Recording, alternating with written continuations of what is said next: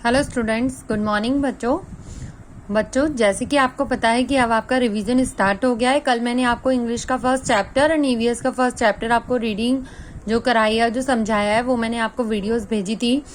आप ये ना समझें कि मैम ने वीडियो दोबारा भेजी है। आपको मैं बता दूं, अब आपके जून के यूटी स्टार्ट होने वाले हैं, ठीक है। 10 से या कब से होंगे वो आपको डेट शीट सेंड कर दी जाएगी। उसके लिए आपका सिलेबस भी मैं आपको सेंड कर दूंगी आपके ग्रुप में। इसमें आपको 3 चैप्टर्स रीडर के विद ग्रामर टॉपिक्स, ठीक है, वो भी आएंगे। तो जिन जिन टॉपिक्स का अब हम रिवीजन कर लेंगे उनका एक बार, और रिवीजन के बाद आपका एक यूटी होगा। यूटी मीन्स जैसे आप क्लास में देते आए हैं, लेकिन ये ऑनलाइन होगा। इसमें आपके ऑब्जेक्टिव टाइप क्वेश्चंस आएंगे, ठीक है। ऑब्जेक्टिव टाइप क्वेश्चंस जैसे उसमें आपको, जैसे आपने लास्ट टाइम दिए थे मल्टीपल चॉइस क्वेश्चन वाले, ठीक है। एक क्वेश्चन होगा, उसके 3 ऑब्जेक्टिव होंगे, उसमें से जो आंसर करेक्ट होगा वो उसका आप उस पर टिक लगाएंगे, ठीक है। और एक बार आप एक ही बार सबमिट कर सकते हैं, ये नहीं है एक ही पेपर को आप बार बार सबमिट करें, तो वो आपका अलाउ नहीं होगा, ठीक है। देखो इस टाइप से आपके क्वेश्चंस बनेंगे।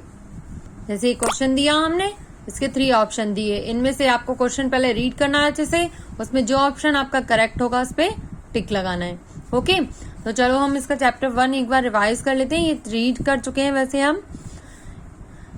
चैप्टर 1 दैट इज आजादी का दिन।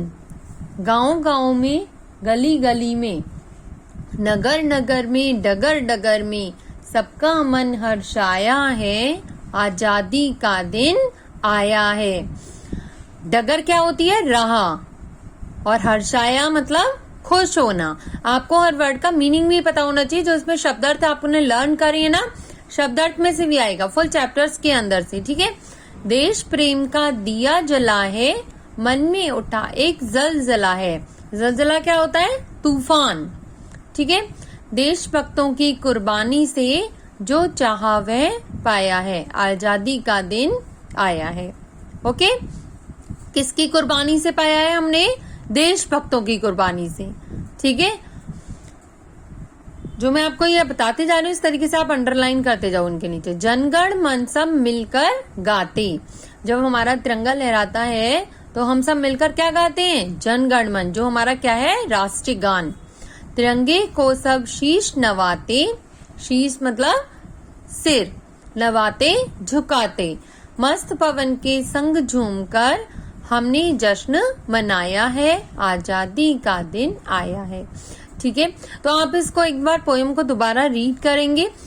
उसके बाद इससे रिलेटेड जो भी एक्सरसाइज है, जैसे ये शब्दार्थ हैं, या ये ऊपर जो आपको ये दिए ना यहाँ पर, ये भी आपको रीड करने हैं।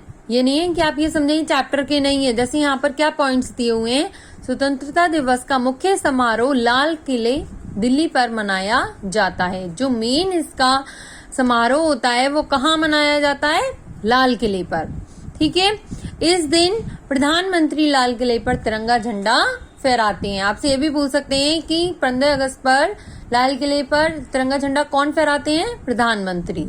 और कहाँ समारोह मनाया जाता है? लाल किले पर।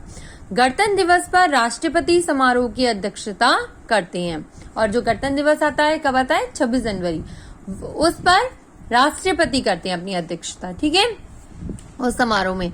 इसके बाद यहाँ पर ये शब्दार्थ हैं, ये आपने अपनी कॉपी में भी नोट डाउन कर रखे हैं। इनको आप अच्छे से लर्न करेंगे, ठीक है। शब्दार्थ भी आपके क्वेश्चंस में आएंगे, तो इसको आपको लर्न करना है। उसके बाद जो क्वेश्चंस हैं, क्वेश्चन इस फॉर्म में आएगा, लेकिन उनके आंसर आपको डिटेल में ना लिखकर ओनली आपको जो ऑब्जेक्टिव होंगे उसमें से चूज करना है। वो आप तभी कर पाओगे जब आप चैप्टर को अच्छे से रीड कर लोगे, ठीक है। जैसे अगर मैं आपसे पूछूं कि 15 अगस्त वाले दिन हम कैसा अनुभव करते हैं? खुशी का अनुभव करते हैं। आजादी के दिन क्या होता है? उत्सव होता है। हमें किनकी कुर्बानी से आजादी प्राप्त हुई है? देशभक्तों की। तिरंगा लहराने के बाद हम सब मिलकर क्या गाते हैं? जनगण मन या राष्ट्रीय गान, जो भी ऑप्शन में हो आपके। हम सब किसको शीश नवाते हैं? तिरंगे को शीश नवाते हैं, ठीक है। यह कविता हमारे मन में कैसी भावना पैदा करती है? देशभक्ति की भावना पैदा करती है, ठीक है। तो इस टाइप से आपके चैप्टर के अंदर से क्वेश्चंस ऐसे ऑब्जेक्टिव वाले बनकर आएंगे, ठीक है। ये तो हो गया हमारा एक रीडर का फर्स्ट चैप्टर। इसके बाद हम ग्रामर लेते हैं। ग्रामर में हमारा फर्स्ट टॉपिक है भाषा, लिपि और व्याकरण। तो भाषा किसे कहते हैं? भाषा की डेफिनेशन हमने लर्न करी, जिस ढंग से हम अपनी बात दूसरों तक पहुंचाते हैं और दूसरों की बात समझते हैं, वो क्या कहलाती है? भाषा कहलाती है। ठीक है ना? जैसे मैं अपनी बात आप तक पहुंचा रही हूँ और आप अगर मुझसे कुछ कहेंगे तो आप अपनी बात मुझ तक पहुंचाएंगे, तो वो क्या है? भाषा। किसके जरिए बोल रहे हैं हम? भाषा के जरिए। भाषा के कितने रूप होते हैं? 2 रूप होते हैं, मौखिक रूप और लिखित रूप। मौखिक रूप कौन सा होता है? जब हम अपनी बात बोलकर बता रहे हैं और दूसरा उसे केवल सुन रहा है। ठीक है, तो वो हमारा क्या हो गया? मौखिक। जैसे कि अब मैं आपको पढ़ा रही हूं इस टाइप से, तो ये हमारा कौन सा रूप है? मौखिक। इसके बाद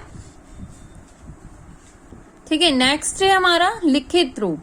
लिखित भाषा कौन सी होती है? जब हम अपनी बात लिखकर अपनी बात बताते हैं और दूसरे उसे पढ़कर समझते हैं। लाइक एग्जाम्पल, जैसे बोर्ड पर टीचर पढ़ाती हैं या आप न्यूज़पेपर पढ़ रहे हो, तो लिखे हुए को जो पढ़ते हैं वो हमारा कौन सा होता है?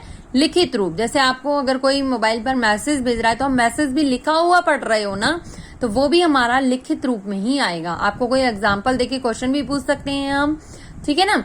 जैसे, और मौखिक में ओनली वही आता है जैसे ओनली मैं आपको वर्बली आपको अगर बोल रही हूँ और आप केवल सुन रहे हो। ठीक है, तो वो हमारा हो गया मौखिक। जैसे हम एक दूसरे से बातें करते हैं क्लास में, तो बातें क्या लिख कर करते हैं? नहीं, हम बोल रहे हैं और आप सुन रहे हो, आप भी रिप्लाई दे रहे हो, तो ये हमारा मौखिक रूप हो गया। ठीक है, अब एक क्वेश्चन ये भी बन सकता है इसमें कि बोलते समय हमारे मुख से क्या निकलती है, उसको क्या बोलते हैं? ध्वनि बोलते हैं। ठीक है, अब इन ध्वनि को लिखने के लिए हमें किसकी जरूरत होती है? लिपि की जरूरत होती है। नेक्स्ट टॉपिक हमारा भाषा के बाद लिपि था ना। लिपि हर भाषा की अलग अलग होती है, जो मैं आपको पढ़ाया, इसमें बुक में भी पढ़ाई थी मैंने आपको। देखो यहाँ पर ये यहाँ पर आपको 4 भाषाएं दे रखी हैं, पंजाबी, हिंदी, उर्दू और अंग्रेजी। सबकी लिपि अलग अलग है। हिंदी भाषा की लिपि कौन सी है? देवनागरी। पंजाबी भाषा की लिपि कौन सी है? गुरुमुखी। उर्दू की लिपि कौन सी है? फारसी। और अंग्रेजी भाषा की लिपि है रोमन। ठीक है, तो ये हमारा 2 टॉपिक हो गए इसमें, कि एक तो मैंने आपको रीडर का फर्स्ट चैप्टर करा दिया, यहाँ पे हमने ये भाषा का टॉपिक कर लिया। मेन आपको करना क्या है इस समय? ओनली पढ़ना। ये नहीं है कि मैं आपको रिटर्न वर्क भेज रही हूँ, मैं आपको एग्जाम्पल के लिए कुछ सैंपल पेपर लाइक क्वेश्चंस भेजूंगी इस तरीके से, जिस टाइप से आपका पेपर आएगा। ठीक है, तो उन क्वेश्चंस को आप पढ़कर, आप उन्हें तभी पढ़ेंगे जब एक बार हमारा रिवीजन हो जाएगा। तो रिवीजन के अंदर से ही मैं आपको कुछ क्वेश्चंस दूंगी ताकि आपको समझ में आ जाए पैटर्न कि आपको किस तरीके से सॉल्व करना है। ठीक है ना?